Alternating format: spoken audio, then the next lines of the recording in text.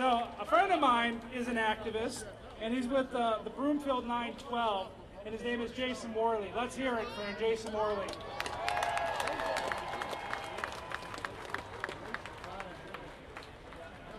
Well, I have to admit, I feel a little bit like Bubby Brister following John Elway after that last speech. Hopefully it's not a tough crowd here. How many of you wake up every morning and just feel like the world is upside down? I mean, we're at a point today where everything's backwards. Wrong is right. Bad is good. And logic has completely escaped not only the people we've elected to office, but the people who are supposed to keep them in line, the media. Ladies and gentlemen, we're living in bizarro world, where everything's backwards. And we've been walking towards it for a long time. Problem is, right now, we're in an all-out sprint. Benjamin Franklin said, anybody who's willing to give up liberty for security deserves neither. How secure are y'all feeling right now?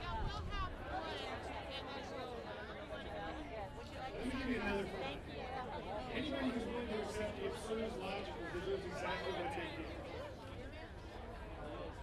Some of us Tea Partiers say, I was guilty of this. A lot of us stood back and wrote the law, pushing for this person spent like broken sandals. And that's an insult to broken sandals, to be honest. The tax rate cut, as JFK proved, is the greatest thing for the economy of a nation, correct? The problem is you gotta stop spending. Medicare Part D, 2 undeclared wars, and 2 stimulus programs. How many people actually remember the Bush stimulus programs except they put a little extra spending money in their pocket? I don't. Funny part is, while Bush put the ball up on the tee, Obama's knocked it out of the park. Is it logical to admit there's a deficit problem when you're on your way to being elected, but then your major project is a huge new entitlement? Thank you. Is it logical to say that giving 30 million more Americans health insurance is going to cost less? Is that logical to anybody? Okay, so economics and math aren't the best part of this administration. Maybe they're absolutely great at picking the best, the brightest, the smartest people out there. Lead us. Let's just look at a few departments. Homeland Security. Maybe it's not that logical to pick a governor from a state that's being overrun by illegal immigrants. Let's see, well, when they came into office, there was a financial crisis, right? So Treasury's huge. You think they got the smartest guy to be Secretary of the Treasury, right? Did I hear somebody say a tax chief? Not that logical. And I'd go into Attorney General Holder, but they only gave me like 8 minutes. We just don't have time for that. Let's be honest, this whole bizarro world thing goes way beyond just this administration. You've heard people talk about it, cap and trade, global warming. Is it logical to think that the air all of us right here are exhaling right now is a pollutant?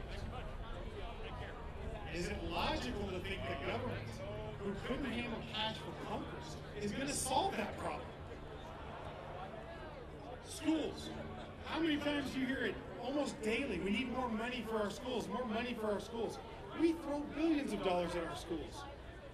Does anybody think that's going to solve the problems?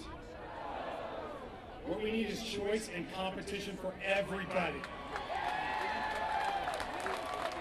The only people out there who really support more money are the unions. And let's be honest, that doesn't have anything to do with elections now, does it?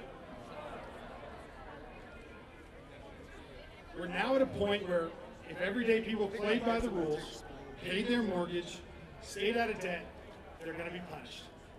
But if you do the opposite, by golly, and that was my Sarah Palin moment for you, we're going to bail you out. See what I mean? Bizarro world, where logic is flown out the window. Maybe logic went off to Oslo to pick up a Nobel Peace Prize. Looking out at all of you, I realize we're also at a point where if you dare to stand up and speak out against policies you know are going to hurt you, you're going to be called a teabagger. an extremist, a radical, possibly a terrorist, and guaranteed, and most disgusting of all, a racist. It's very sad that we are at a point where a term that has been reviled and hated for years is now a tagline for the left, and it's one that hardly anybody takes serious anymore.